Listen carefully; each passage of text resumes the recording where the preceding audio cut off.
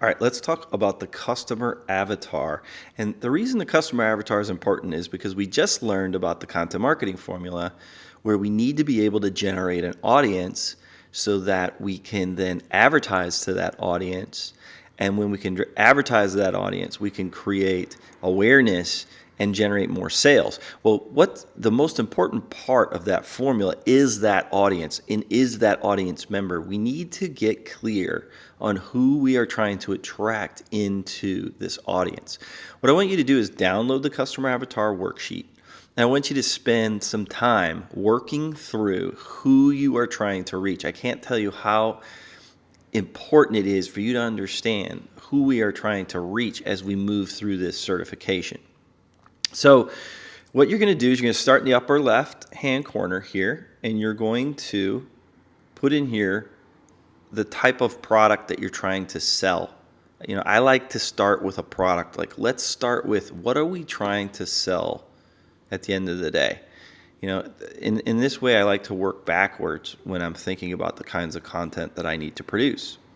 Then we're going to literally picture somebody, like a real person that we have done business with in the past or that we know we can help, right? So they might be a member of a group that we're in, but it's somebody we know that we know we can help. Okay, so it's either a past customer or somebody in a group or somebody that we interact with a lot online or, somebody that we know, and we're going to go ahead and start to build out an avatar around this person. Now, you want to make sure that this is somebody that, if you could duplicate this person, if you could get more of these people into your audience, your business would benefit from that. So you don't want to pick somebody you don't want. So picture somebody that you're like, wow, this person, if I just had 100 more of these or 1,000 more of these or 100,000 more of this person, my business would really grow. Picture that person in your mind and start working through the avatar worksheet. Let's start in the upper left with goals and values. These are really important. We want to know what this person wants. What does this person want? And, in the case of this avatar, I'm showing you an example from Digital Marketers Avatars. This avatar's name is Agency Eric. He owns a digital marketing agency, so he sells digital marketing services. And, ultimately, we want to sell more certifications to more Agency Erics. And some of you on this call that are listening to this are going to say, well, I am Agency Eric. Well, you are in the middle of a certification. So it's very possible that because of the targeting that we're doing, right, we're finding more Agency Erics, and you might be an Agency Eric. Eric's goals, he wants to increase his agency business. He wants to increase the capabilities of his team. So he's got a group of people that work on digital marketing projects for people, and he wants them to be better. He wants to scale his business. Now, the values that he has is that he's committed to professional development. So he believes that making his team better is not just good for his company, but also good for his employees. Providing value for clients. And he only uses white hat marketing principles. We don't want, white hat means he doesn't do anything tricky or spammy for his clients. So he believes in the white hat marketing principles that we teach at Digital Marketer. He's not looking for cheats and hacks and stuff like that. Now, I'm going to skip this one and come back to it. Challenges and pain points. So let's go and think about, why can he not get these goals? What is stopping Agency Eric from achieving these goals? And, this guy's challenged with scaling the business, right? He can't figure out how to scale his business, how to get unchained from the desk and the clients and all these things, and hire more employees and be able to do that in a scalable way. He's having trouble finding, training, and retaining top talent. So he's having trouble with retaining talent and finding that talent and training that talent.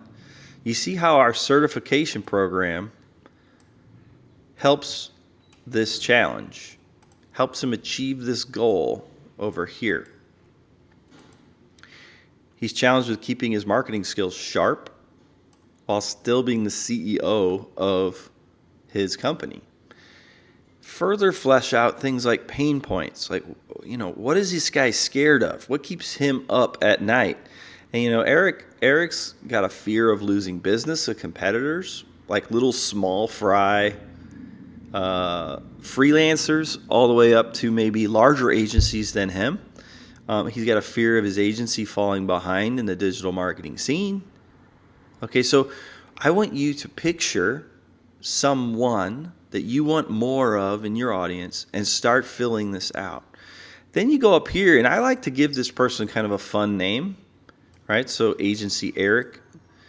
Give them a real age, gender, marital status. Do they have any kids? Where do they live? Are they a male or a female? I love this one, the quote.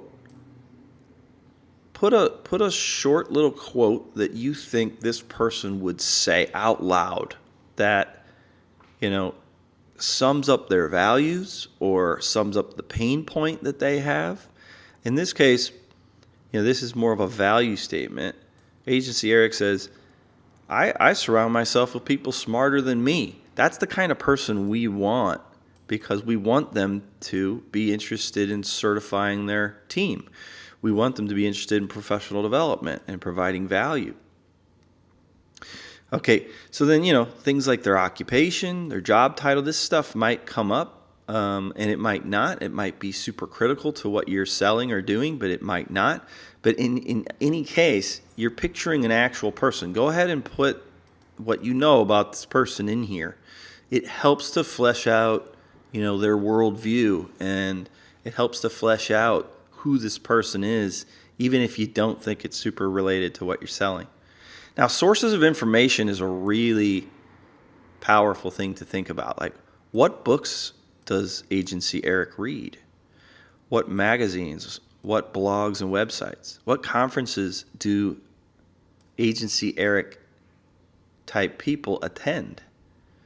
What gurus do they follow? Anything other, right, that's more of a source of information, put that in here.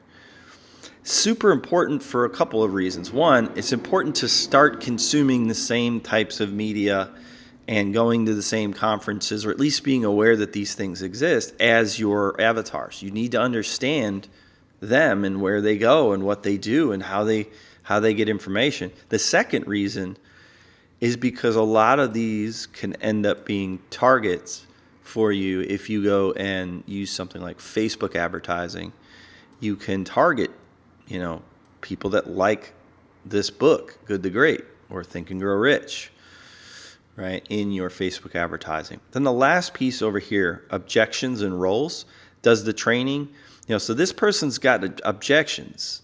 Agency Eric is not just buying willy-nilly. He's going to have questions. He's going to have objections to the sale. Why would he not want to buy a certification? If you can list these things here, that, why does this person object to the sale? Well, one of the reasons that Agency Eric may not want a certification is because he doesn't know if the training will fit an existing service or a new service he can offer to his clients. If we can answer that question for him using content marketing, we're going to get more sales from Agency Eric. How long will him and his team be out of pocket during the training? If we don't answer that question, Agency Eric's probably going to be like, well, I have a team and I'd like to get them trained, but I can't, I have to have them working too. I can't just be training them all the time. How long does the certification take? And then the last thing I want you to think about is whether or not Eric is the decision maker or not. Does this person make the decision to buy this thing or not? This is an important thing to be thinking about with anybody you're approaching, especially in the sales arena, where it's like, if I target this kind of person, can they make the buying decision? It doesn't mean you should not target them or speak to them with your content marketing if they cannot make the sale, but you do need to be aware of it. And preferably, we want to have somebody that we're trying to communicate with that can make the deal, can make the purchase. So what I want you to do is download your customer avatar worksheet. I want you to spend at least an hour, usually is what it takes, to put together a good avatar worksheet. Sit down, think about it, move through this process, and develop your customer avatar.